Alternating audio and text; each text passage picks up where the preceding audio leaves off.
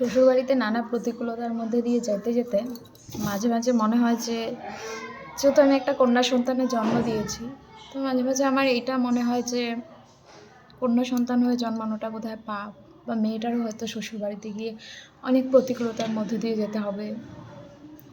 ছেলে জন্মানোটা হয়তো ভালো, কিন্তু আজ সকালবেলা স্নান করে পুজো দিয়ে তুলসী গাছে যখন জল দিতে ছাদে গেলাম, এটুকু মনে হলো যে একটা বাবা মা কন্যা সন্তান জন্ম দেওয়া মানে তারা ভাগ্যবান।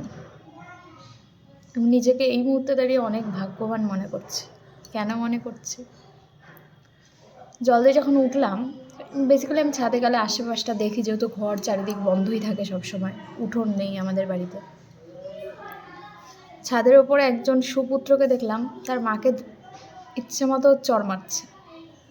চাইলে ব্যাপারটা ভিডিও করতে পারতাম, কিন্তু সেটা আপলোড করতে পারতাম না, সাহস নেই বলতে পারেন। এর আগে একটা ব্যাপারে প্রতিবাদ করতে গিয়ে অনেকের কাছে খারাপ হয়েছি। আসলে এই সমাজে যে সত্যি কথা বলবে, যে প্রতিবাদ করবে, সে খারাপ হবে। এই ব্যাপারটা যদি আমি এখন আপলোড করি, ভিডিও করি, তাহলে এই পাড়ায় বা এই শ্বশুরবাড়িতে এই জায়গাটায় টেকাটা আমার পক্ষে দায় হয়ে দাঁড়াবে, তাই সেটা করতে পারিনি। চাকরি করে, ঘর বাড়ি ভালো, ভালো ছেলে, মাকে ধরে মারছে, মা মার খাচ্ছে আর চোখের জল মুছছে। অদ্ভুত লাগে না ব্যাপারগুলো? তাই আজ থেকে যারা যারা মেয়ের মা বাবা, তারা অন্তত নিজেদেরকে ভাগ্যবান মনে করবেন। এরকম কুলাঙ্গার ছেলে জন্ম দেওয়ার থেকে মেয়ের বাবা মা হওয়া অনেক ভাগ্যবান।